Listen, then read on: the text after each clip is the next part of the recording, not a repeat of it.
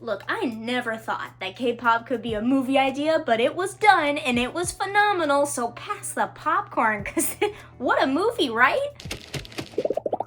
What up, movie nerds? I'm Yvonne with Pass the Popcorn, and let's get candid about K-pop Demon Hunters. So I watched this movie the day it came out, and I was floored because it was a really good movie. By the way, there are spoilers throughout this review because of how the story goes, so... You have been warned.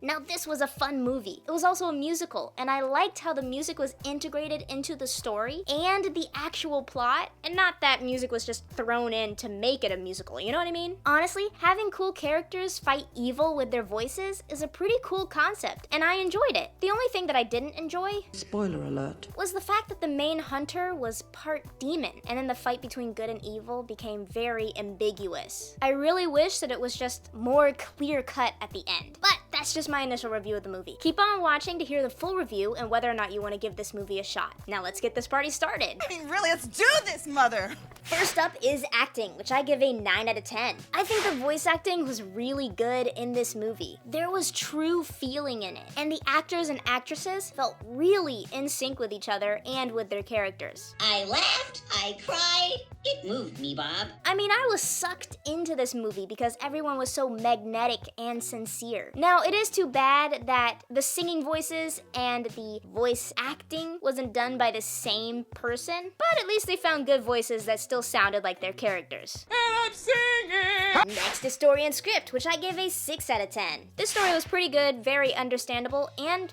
you know, new. I definitely have not heard of the concept where girl singing groups fight demons with their voices and soul weapons. I'm also glad that despite this being a very Korean show, that everyone could understand it and enjoy it. It wasn't just for individuals who know about Korea and its culture. The only thing that I didn't care for was that the main hunter was part demon. Well, now I'm sad. Firstly, demons were supposed to be fought and taken care of by the hunters. So why was her mother, who was a hunter by the way, cavorting with demons enough to...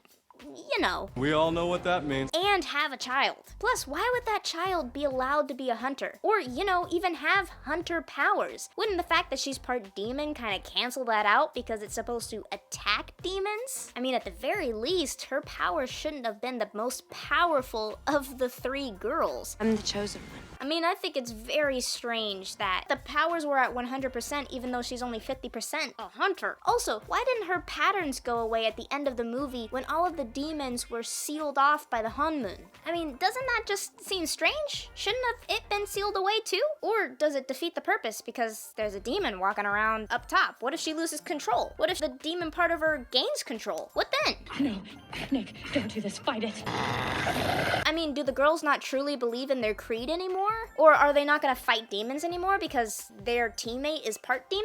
Also, why did her voice just start to go away now? Wouldn't it have failed earlier in her career, considering its power is tied to her lying about being part demon and not wanting to be part demon? It's just weird.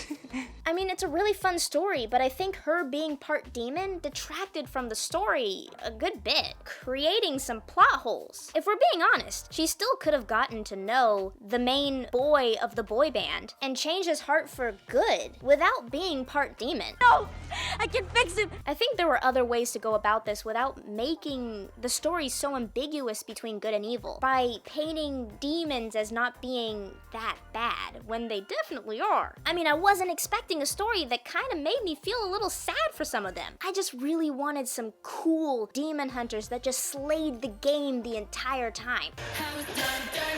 I mean, I think it would make more sense and be a better story if she wasn't part demon, she was in the process of losing her voice, but she could still see the good in the main boy of the boy band because he was tricked by the demon lord into being this way. No, it's not your fault. Instead of her seeing the good in him because she relates to him. Plus, the trope of not telling your friends something insanely major and then having it blow up in your face, creating huge conflict, is kinda tired and worn out. You know what I mean? We've seen it a lot. That's cliche of you, isn't it? Next are the details, which I give an 8 out of 10. Sony definitely has a really fun way of making animated movies now. Once again, the Spider-Verse style strikes, but it lends itself very well to the story and to the movie, and I'm so glad they used it. I mean, it was really enjoyable to watch and insanely beautiful. It's so beautiful. I also really enjoyed the references and jabs to boy and girl bands throughout this movie, and definitely all of the dance moves. I mean, whoever animated those dance moves did a great job with the choreography and the way that it flowed. It was just so fluid and beautiful. I mean, I can just keep watching Soda Pop and Golden and Takedown again. It was just great. Also, the fighting scenes, they were just beautifully choreographed and animated as well. Like, whew, so great. Also, I'm glad the animation was partly Western and partly Eastern, like a great fusion between the two, so that everyone could enjoy it. It wasn't strictly anime, and it wasn't strictly cartoonish. It was kind of how Avatar: The Last Airbender treated things. The only thing that I could nitpick a little bit was when the main hunter and the main boy from the boy band did their duet. At times, the animation for her singing and the voice actress for the song didn't really mesh. Like, you can tell when someone is really punching their voice, and you should be able to see that in the animation, not just for the animation to have slight mouth movements, because it just doesn't seem natural. There was just so much more depth and emotion in the voice that just wasn't portrayed quite correctly with the main hunter. Only at little times, though. But otherwise, it's great. There's not much in terms of the nitty-gritty, but even so, here are the reasons for the rating. So this was a PG musical action movie, and I believe that sums it up pretty nicely, so let's talk about it. The gross stuff. The whole eating scene in the beginning. That was intense. Mira, that's not even a real number. It is for orphans.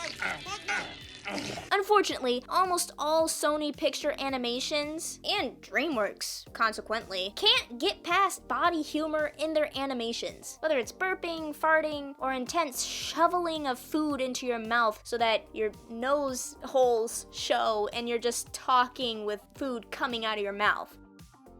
You know, it happens a lot in these movies, but it's gross no matter how you cut it, and I hate it. Time for violence. So this is a movie about fighting and hunting demons, and they really do put the smack down on some demons. But when they kill the demons kind of just explode in a puff of smoke. So it's not really anything intense. There's no blood or guts or anything like that. I mean, it's a PG movie. It has to be tame enough for most kids. The girls had one moment where you could see some scratches and a couple of band-aids on their faces, but it was nothing too intense. All in all, no one was severely injured or really injured at all, and most of the violence was cartoonish. The only really freaky thing that I could talk about for this was the volume of demons that appeared during the train scene. Like, they just started coming out of the walls in droves, and the way that they were climbing on top of each other and just piling out and running towards the girls was just a little freaky. I'm not gonna lie. Oh, yikes. Also, the boy band transformation at the end, I mean, they looked pretty freaky at the end there. And also, the main hunter losing herself, sort of, to her demon half. That was a little intense, really. Maybe not so much frightening in that sense, but it was intense for emotions. So, you know, just be aware of that if you have really younger audiences watching it. Sorry, that was a little intense. Overall, I give this movie a 7 out of 10. I like this movie a lot. I do think some, or maybe a lot, of plot holes arise when you have a half-demon hunter with hunter powers that comes from a mom who supposedly hated and hunted demons, but entertained one enough to have a child? Doesn't make much sense. I don't get it. But mostly the story was great, the animation was even better, and the soundtrack was the best. I mean, really, the music in this movie was